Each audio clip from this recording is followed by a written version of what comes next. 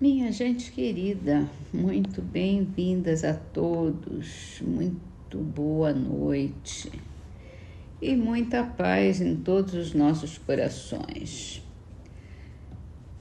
Começamos com o livro 12 Passos Rumo à Paz Interior da Peregrina da Paz, no capítulo Pensamentos.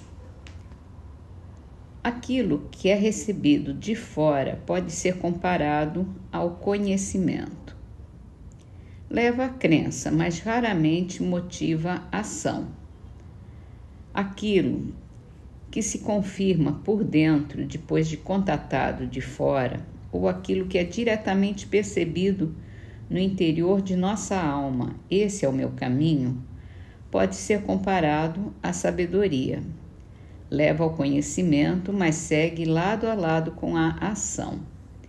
Em nosso desenvolvimento espiritual, somos constantemente instados, muitas vezes, a arrancar raízes e fechar inúmeros capítulos em nossas vidas, até que não estejamos mais apegados a qualquer coisa material e também, sem apegos, possamos amar a todas as pessoas. Então, esse é o caminho que ela está mostrando. A gente recebe o conhecimento que vem do exterior, das pessoas, do mundo, dos livros, mas isso tem que repercutir na nossa alma, tem que ecoar dentro de nós. Ser confirmado, ser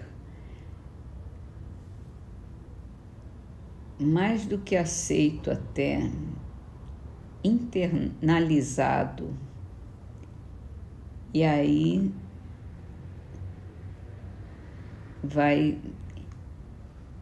o conhecimento vai se tornar ação, vai se tornar ação com sabedoria. Muito legal isso, gostei. Sem apegos, isso é tão importante, gente. Então, vamos passar para o livro dos Espíritos. E aqui nós estamos falando dos pactos. No capítulo da intervenção dos espíritos no mundo corporal,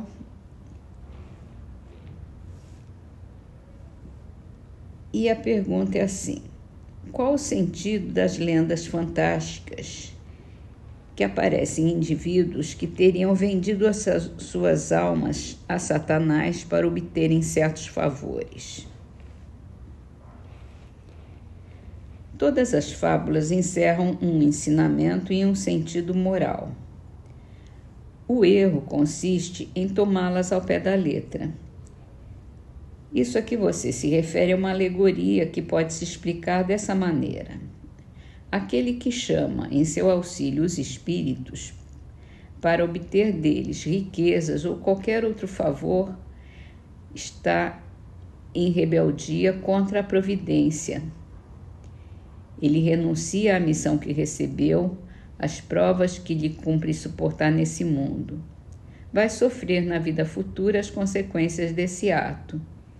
Isso não quer dizer que sua alma está para sempre condenada à desgraça, mas desde que, em lugar de se desprender da matéria, ele se enterra cada vez mais nela, não terá no mundo dos espíritos a satisfação de que tenha gozado na terra até que resgate a sua falta por meio de novas provas, talvez maiores e mais penosas. Coloca-se por amor aos gozos materiais na dependência de espíritos impuros. Estabelece-se assim tacitamente entre estes espíritos e ele, o espírito delinquente, um pacto que o leva à sua perda, mas será sempre fácil de romper se quiser firmemente, granjeando a assistência dos bons espíritos.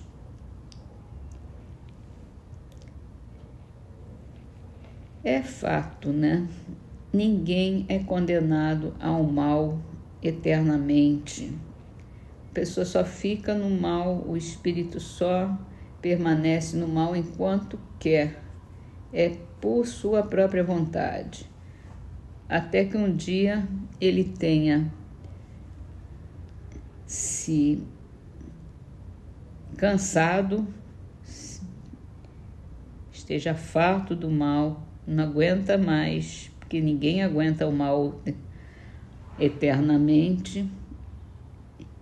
E aí ele vai começar a agir para sair daquela situação. Porque o mal não traz felicidade, não traz alegria, não traz satisfação e acaba sendo uma tristeza, uma depressão,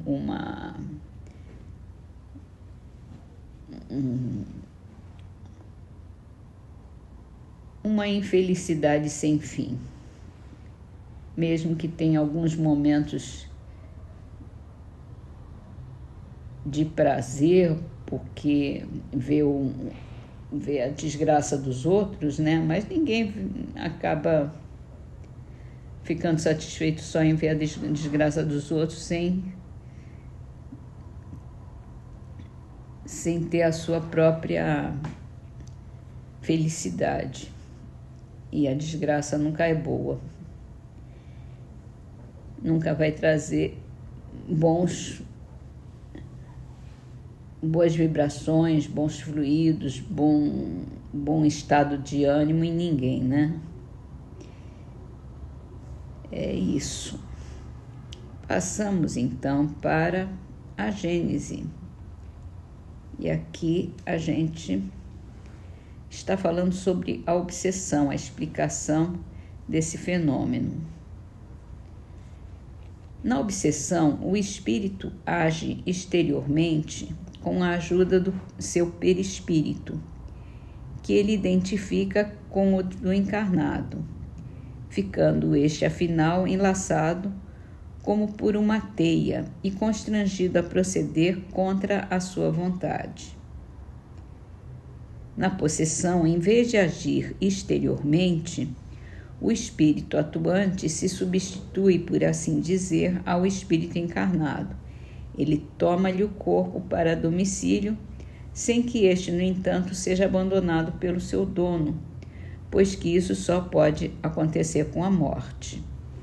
A possessão, consequentemente, é sempre temporária e intermitente, porque um espírito desencarnado não pode tomar definitivamente o lugar de um encarnado, pela razão de que a união molecular do perispírito e do corpo só pode se operar no momento da concepção.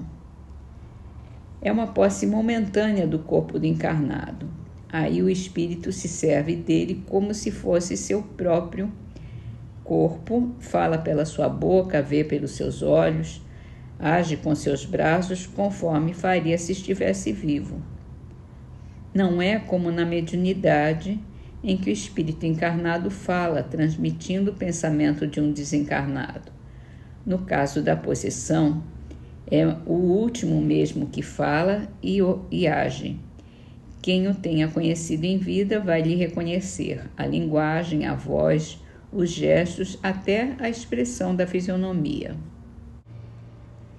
Então, a gente vê aqui que na obsessão, o espírito encarnado, né, a pessoa, ela tem a sua vontade, ela age até contra a sua vontade, mas ela está sendo influenciada. Os pensamentos são conflitantes na cabeça dela e ela acaba fazendo às vezes o que não quer, pode até se arrepender, mas está na dúvida também, né? Quantas vezes a gente se vê numa situação dessa, de ter dois, três, quatro pensamentos conflitantes e acaba agindo, fazendo uma coisa que não pensou direito, não refletiu naquilo que ia fazer e acaba se arrependendo depois.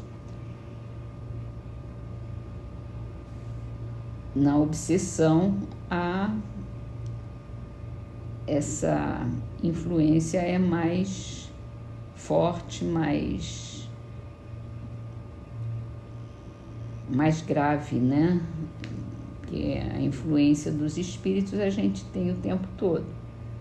Na obsessão, que é uma vontade de prejudicar, a gente é um mecanismo já mais demorado, mais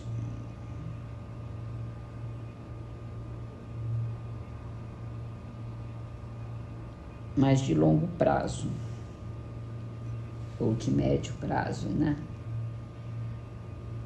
Até que a pessoa tome consciência e reaja por vontade própria, quer dizer, tem que ter vontade própria, e recorrendo à prece, aos espíritos benfeitores, às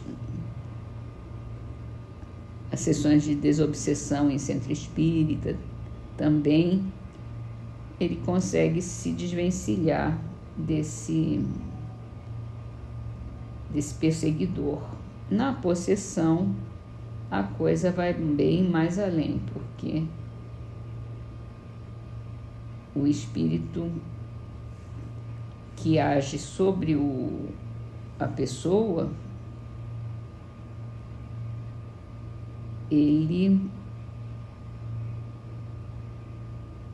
age tão fortemente, tão drasticamente, que o corpo quase que é abandonado pelo dono do seu corpo, né? E deixa que o espírito desencarnado faça o que quer com o corpo dele.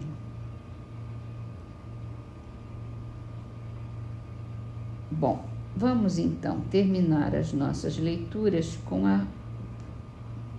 o verso de Maria Dolores, da poesia Presença de Jesus, que está no livro Mãos Marcadas, psicografado por Chico Xavier. Trazes contigo os dotes da brandura.